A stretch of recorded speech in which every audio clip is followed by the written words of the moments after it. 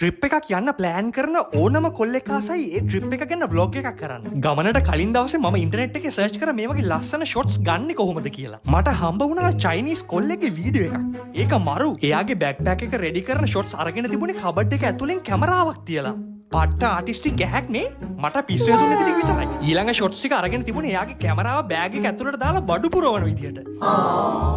ඊළඟට මෙන්න මු ගත්ත ෂොට් එක කැමරාව බෑග් එකෙන් අරන් එළියට ගත්තට පස්සේ පට්ට view එකක්. මටත් ඕන වුණා මේ වගේ සුපිරි ෂොට් ටිකක් දාලා vlog එකක් කරන්න. මුලින්ම මොකද්ද ගත්තේ අරු? I want to represent more than just adventuring. Cupboard එක ඇතුලින් බඩු ගන්න ෂොට් එක. කො ෆෝන් එක. I want to represent more than just adventuring. I want to be an example of someone who constantly chases their passions and ඒ අම්මේ මොකද යකෝ මෙරි හන්දෙන්නේ? අනේ මේ අල්මාරිය අතුර කැඩුණනේ මගේ ෆෝන් එක ඇතුලේ. අහවල් දකරා දෙක ෆෝන් එක ඔක ඇතුලේ. අනේ තව අතුරට නැද්ද? තව මොනේ අතුරට දෙක ෆෝන් එකේ.